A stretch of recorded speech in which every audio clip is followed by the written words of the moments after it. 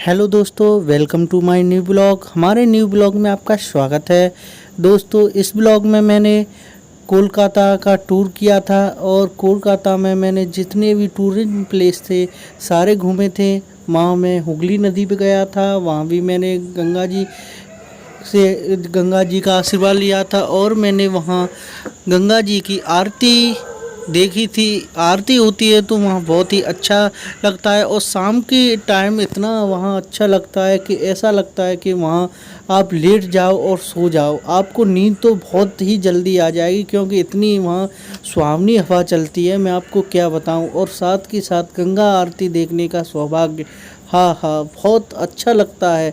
मुझे तो वहाँ बहुत अच्छा लगा। फिर मैं गंगा आरती देखता रहा।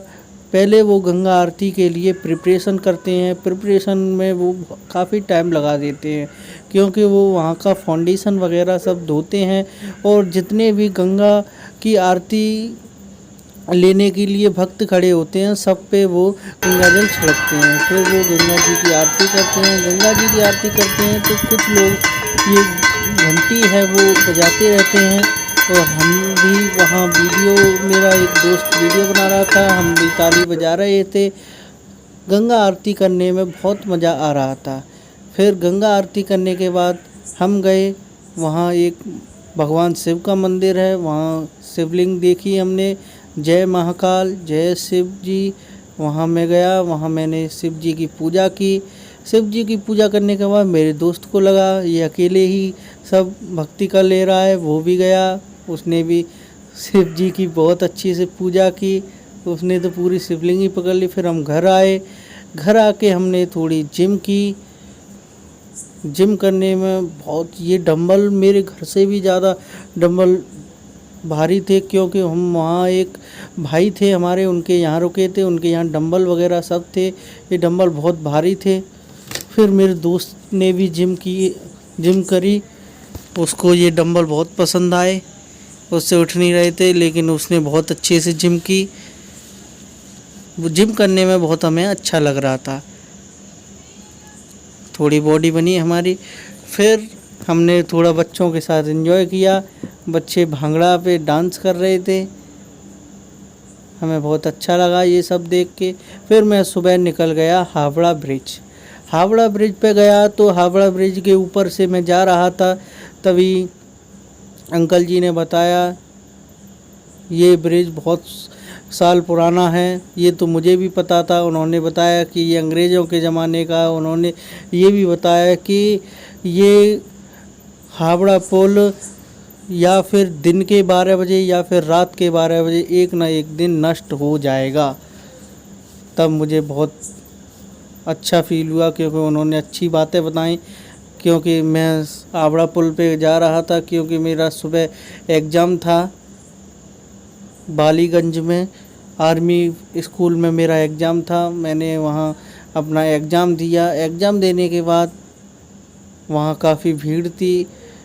एग्ज़ाम देने के बाद मैं जा रहा था तो रास्ते में मुझे फुटबॉल खेलते हुए बंगाली मिले, मैंने उनकी थोड़ा वीडियो शूट की। फिर हमने आगे चलकर नारियल पानी पिया। नारियल पानी पीने के बाद फिर मैं आगे चला तो एक नदी के पुल पे से मैं जा रहा था तो मुझे बहुत अच्छा फील हो रहा, तो मैंने सोचा थोड़ा गाना गा लूँ और मैं अपने वीडियो बनाने लगा क्योंकि मुझे वीडियो बनाना बहुत अच्छा लगता है। फिर हम गए अली प्योर म्यूजियम। म्यूजियम में गए तो वहाँ हमें जेल थी वहाँ, और यहाँ फांसी के फंदे रखे हुए हैं। आगे एक ये जो क्रांतिकारी हैं वो खड़े हैं। ये जो प्लेस आप देख रहे हैं, यहाँ भगत सिंह, राजगुरु और सुखदेव को फांसी दी गई थी। फिर आगे हम बढ़े, ये हमारे दो दोस्त हैं, वो भी हमारे साथ गए थे। यहाँ हमने कुछ ज्ञान पढ़ा जो लिखा हुआ है। उसके बाद हम आगे बढ़े। आप भी ये देख लीजिए, आप वीडियो पोस्ट करके इसको पढ़ लीजिए। ये सब क्रांतिकारियों के बारे में है क्योंकि मुझे सॉरी ऐसा नहीं कहना चाहिए, ज्ञान नहीं, ये क्रांतिकारियों के बारे में जो लिखा हुआ है, जो क्रांतिकारियों ने क्या क्या किया था वो सब क्रांतिकारियों के बारे में लिखा हुआ है। देखो यहाँ एक जो जेल है उसका तगड़ा सिस्टम है क्योंकि आप खोल नहीं सकते, अंदर से तो खोल ही नहीं सकते। देखो ये जेल है, यहाँ जेल में क्रांतिकारियों को रखा जाता था, अंग्रेज उन पर अत्याचार करते थे। यहाँ किसी का शव रखा हुआ है, उस पर चिड़िया लग गई हैं, ये म्यूजियम में रखा हुआ है। फिर आगे बढ़े हम, आगे बढ़कर यहाँ क्रांतिकारियों की मूर्तियाँ लगी हुई हैं। फिर हम आगे बढ़े, यहाँ एक क्रांतिकारी रहे थे, उनके यहाँ फ़ोटो लगे हैं। फिर हम और आगे बढ़े, हम सीढ़ियों पे गए और वहाँ ऊपर सुभाष चंद्र बोस जी की पूरी जन्म कुंडली और उनके बारे में सब कुछ वहाँ दृश्यित है। तो सबसे पहले हम गए तो वहाँ हमने देखा उनके बारे में सब कुछ लिखा हुआ है।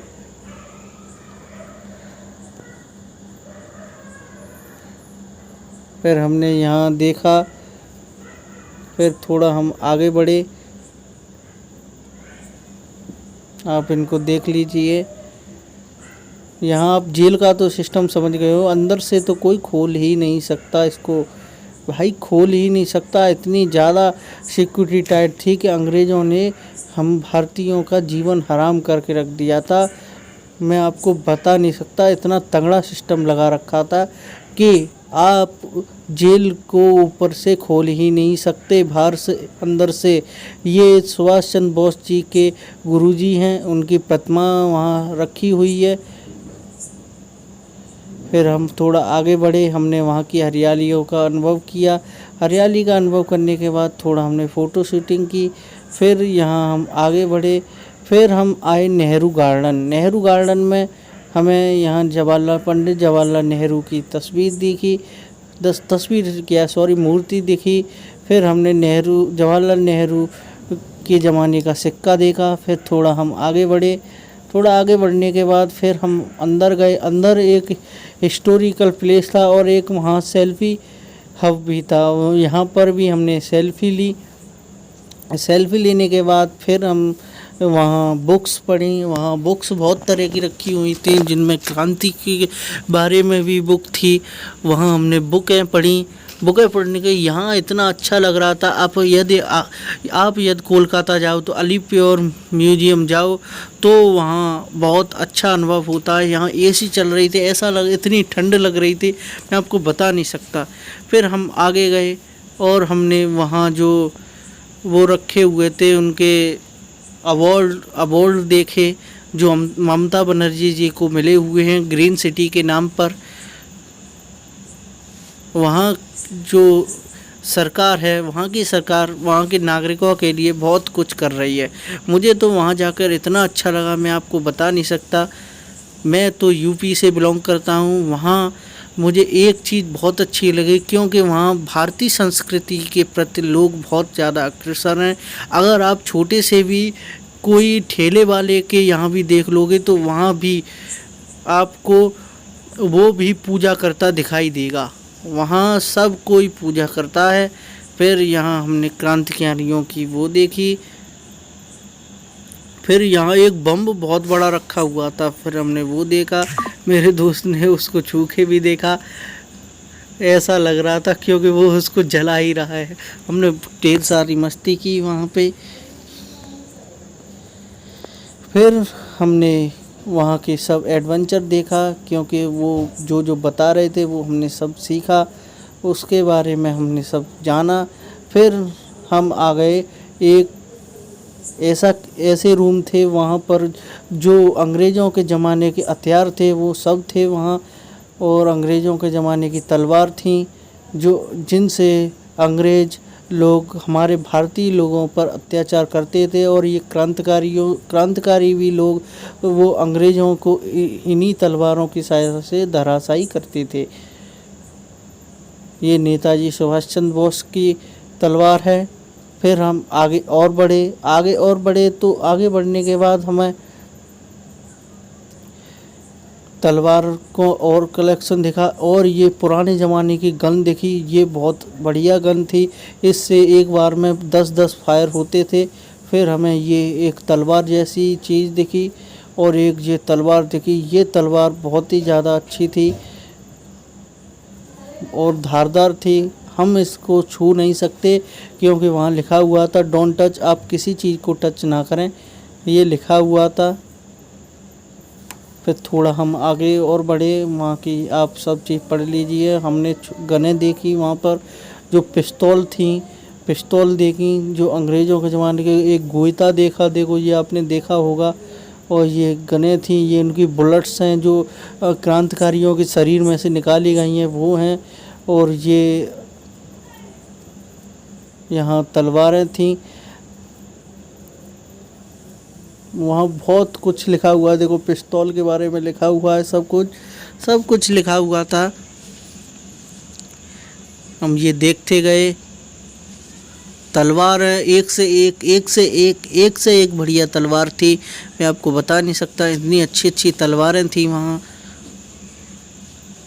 देखो कितनी छोटी छोटी पिस्तौल थी कि आदमी आप आराम से अपने कहीं भी छुपा सकता था। ऐसी ऐसी पिस्तौल उस ज़माने में भी बन गई थी।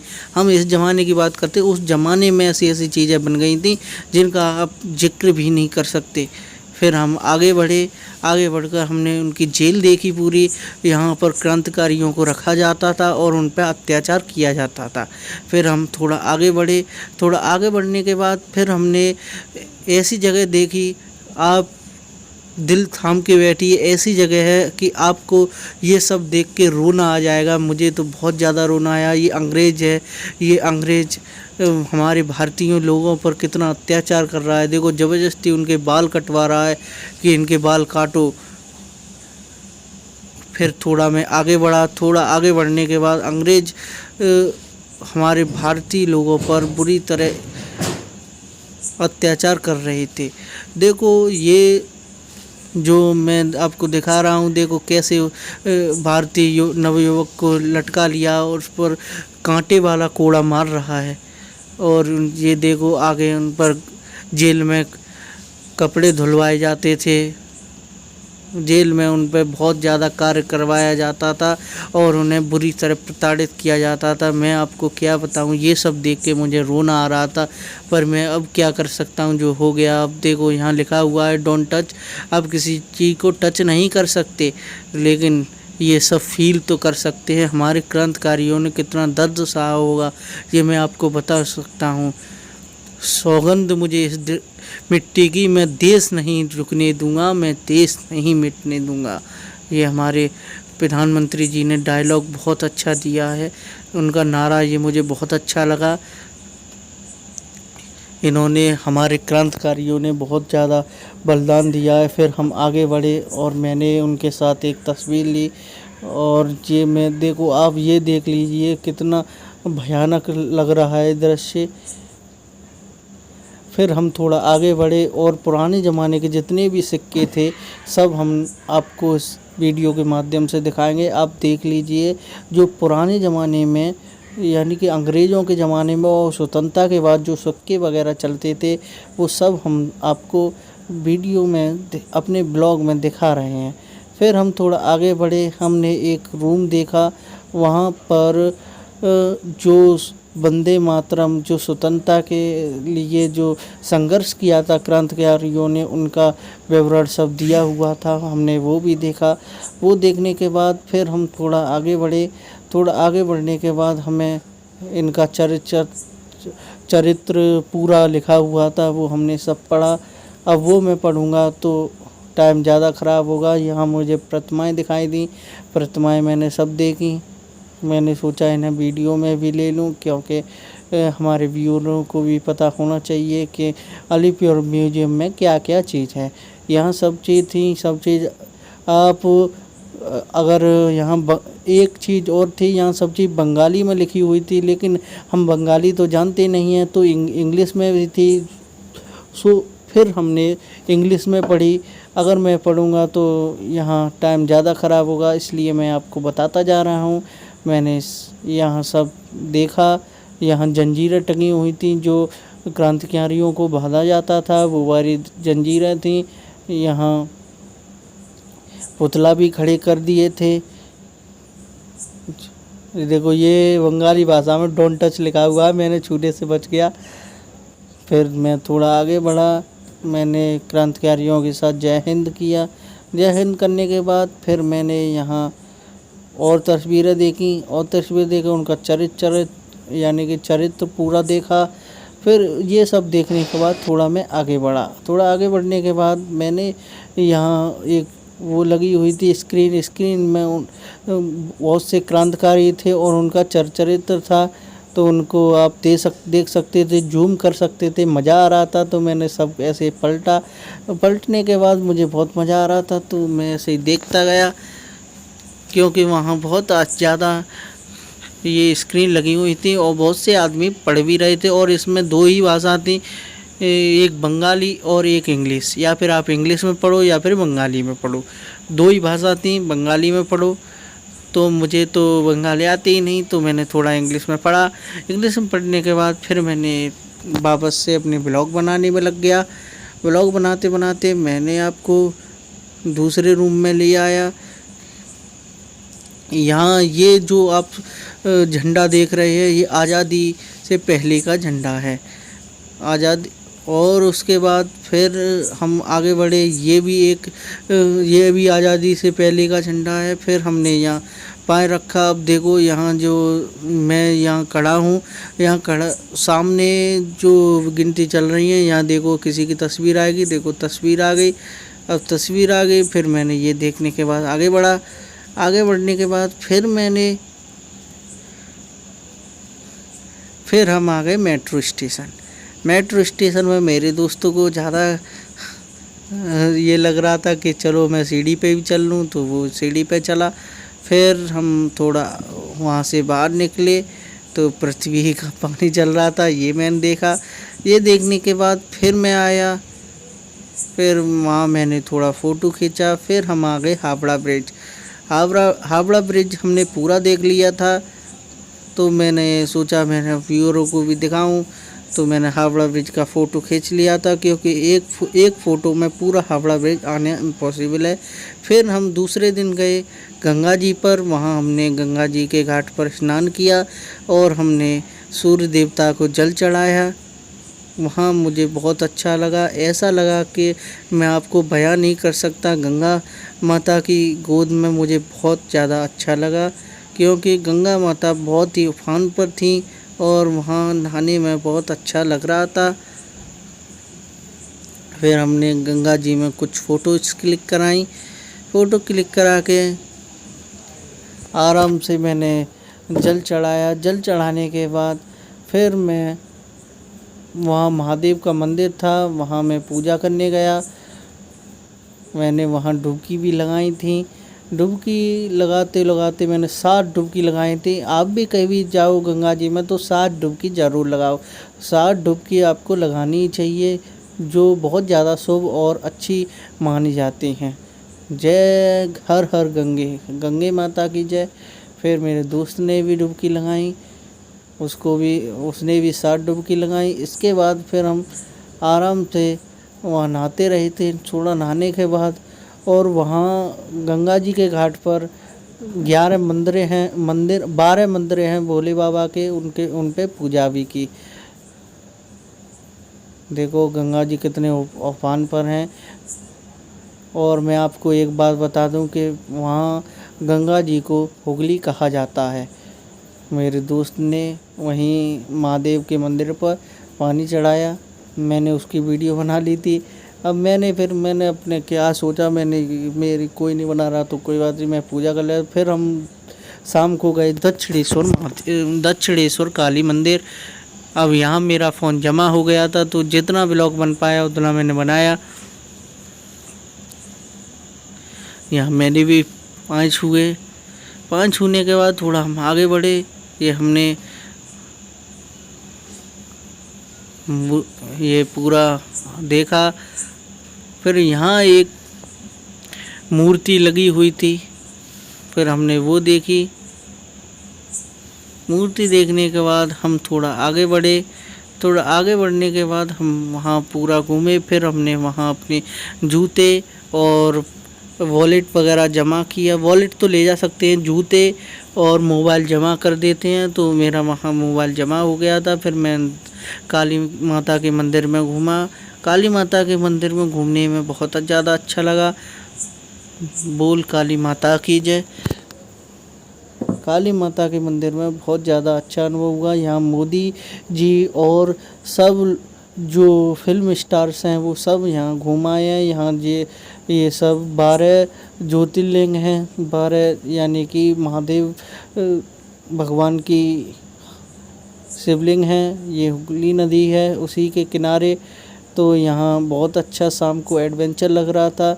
मुझे यहाँ बहुत अच्छा लगा। मैंने यहाँ भी एक वीडियो बनाई। यहाँ बहुत से लोग तो वहाँ बीच में डुबकी लगा रहे थे। वो तो बहुत दूर है, मैं तो इतना तैरना नहीं जानता हूँ, तो मैं इतनी दूर नहीं जा सकता था। पर वो जा रहे थे क्योंकि वो तैरना जानते हैं। और अगर यहाँ कोई डूबता भी है तो यहाँ सिक्योरिटी बहुत टाइट थी। फिर मैंने यहाँ आया। यहाँ आकर मैं गंगा जी में पानी विसर्जन किया। पानी विसर्जन करने के बाद मैं थोड़ा और पानी विसर्जन किया मैंने। फिर मैंने थोड़े फ़ोटोज़ क्लिक कराई वहीं दक्षिणेश्वर काली मंदिर में। फिर हमने ये चाट पापड़ी ली। ये चाट पापड़ी हमें बहुत महंगी पड़ी। फिर हमने यहाँ मंदिर, ये दक्षिणेश्वर काली मंदिर है, यहाँ फुब्बारा चल रहा था। फिर हमने फुब्बारा देखा। ये फुब्बारा जो चल रहा था, ये केवल, मैं आपको एक बात और बता दूँ, ये जो फुब्बारा चल रहा था ये संगीत की धुन पे ही चल रहा था। ये मुझे फुब्बारा बहुत ज़्यादा अच्छा लगा। फुब्बारा देख के मुझे बहुत ज़्यादा अच्छा लग रहा था। यहाँ ऐसा लग रहा था कि मैं यहाँ देखता ही रहूँ इसको। फिर मैं फुब्बारा देखते देखते थोड़ा आगे बढ़ा। तो आगे बढ़ने के बाद फिर मैं अपने घर चला गया। घर जाने के बाद शाम को हमारी ट्रेन थी, तो शाम को हम स्टेशन पे आए। आप हावड़ा जंक्शन स्टेशन पर देख सकते हैं। ये इंडिया का सबसे बिजी स्टेशन है। यहाँ कभी भीड़ कमी नहीं होती। यहाँ 24 घंटा ट्रेनें चलती रहती हैं और यहाँ आदमी भी 24 घंटा सफ़र करता रहता है। यहाँ लोग हर समय सफ़र करते रहते हैं और यहाँ पूरी रात दिन 24 घंटे ही गाड़ी 24/7 गाड़ी चलती रहती हैं, यानी ट्रेनें चलती रहती हैं। आप यहाँ भीड़ का अंदाज़ा तो कर ही सकते हैं। यहाँ हावड़ा जंक्शन स्टेशन पर बहुत ज़्यादा भीड़ थी। यहाँ इतनी भीड़ होती है कि आप गाड़ी में चढ़े तो भी आपको दिक्कत होती है, इतनी यहाँ भीड़ होती है। यहाँ पे हज़ारों आदमी, लाखों आदमी रोज़ सफ़र करते हैं और यहाँ बहुत से लोग यहाँ सोते भी हैं, क्योंकि उनकी ट्रेनें रात में होती हैं। किसी की रात के 2 बजे होती है और वो 10 ही बजे आ जाता है और वहाँ पूरी रात काटता है। वहाँ मैंने वॉकिंग की वीडियो बनाई। वॉक करने में बहुत ज़्यादा अच्छा लग रहा था। हमारी ट्रेन थी गरबा एक्सप्रेस। गरबा एक्सप्रेस में हम जाने वाले थे। फिर हम अपनी ट्रेन में बैठे। हावड़ा जंक्शन से टूडला जंक्शन तक हमारी ट्रेन थी। फिर हम ट्रेन में बैठ के अपनी टूडला जंक्शन पे आ गए। तो दोस्तों आज के ब्लॉग में उतना ही। Thanks for watching this video. तो भैया आ गए टूडला स्टेशन। जय महाकाल, जय महाकाल।